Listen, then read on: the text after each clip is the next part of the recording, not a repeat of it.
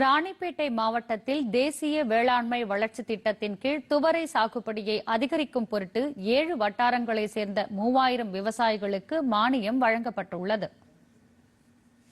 உழுதுண்டு வாழ்வாரே வாழ்வார் மற்றெல்லாம் தொழுதுண்டு பின் செல்பவர் என்ற குறளின் வழியாக பிறருக்காகவும் உழுது தாமும் உண்டு வாழ்பவரே விவசாயிகள். ஆகவேதான் விவசாயத்தை பாதுகாக்க மத்திய மாநில அரசுகள் பல திட்டங்கள் வாயிலாக விவசாயிகளுக்கு சேவையாற்றி வருகிறது. அதன் அடிப்படையில் தேசிய வேளாண்மை வளர்ச்சி திட்டத்தின் கீழ் துவரை சாகுபடி அதிகரிக்கும் பொருட்டு விவசாயிகளுக்கு உயர் விளைச்சல் ரகங்களான LRG 52, PRG 4, கோ 8, கோ 9 போன்ற பல ரகங்களை மானிய முறையில் விவசாயிகளுக்கு வழங்கப்படுகிறது. அதன்படி ராணிப்பேட்டை மாவட்டத்தில் துவரை சாகுபடியை அதிகரிக்க 7 வட்டாரங்களில் 3000 விவசாயிகளுக்கு 78 லட்சம் மானியம் வழங்கப்பட்டுள்ளதாக வேளாண்மை துறை அலுவலர் தெரிவிக்கின்றனர்.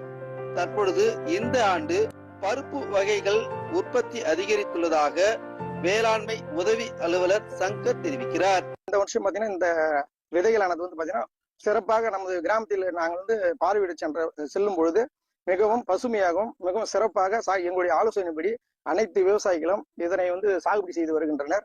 இதனால் விவசாயிகளும் மகிழ்ச்சி அடைந்து வருகின்றனர். உற்பத்தி குறைந்த காரணத்தினால்தான் நமது மத்திய அரசாங்கமும் மாநில அரசாங்கமும் தொடர்ந்து இவற்றை உற்பத்தியை பெருக்குவதற்காக இவற்றை இந்த ஆண்டு அதிக அளவில் எங்களுக்கு இதை ஸ்கீமா திட்டங்களாக கொடுத்து விவசாயிகள் சாகுபடி நாங்கள் மோஸ்ட்லி எல்லா விவசாயிகளும் கவர் பண்ணி எல்லா விவசாயிகளும் நாங்கள் கொடுத்து அனைத்து விவசாயிகளும் இதனால பயன்பெற்று இருக்காங்க.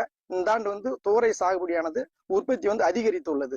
இதன் மற்றும் இந்த துவரையில் இடையில் ஊடுபயிர் சாகுபடியாக உளுந்து, காராமணி, பச்சை பயிர் மற்றும் மணிலா ஆகியவையும் சாகுபடி செய்ய நாங்கள் பரிந்துரை செய்து வருகிறோம். மேலும் துவரை சாகுபடியில் மானியம் பெற்ற விவசாயி இளங்கோவன் தெரிவிக்கும் பொழுது, பயிர் வகைகள் விவசாயம் அதிக முக்கியத்துவம் செய்து வருகிறேன்.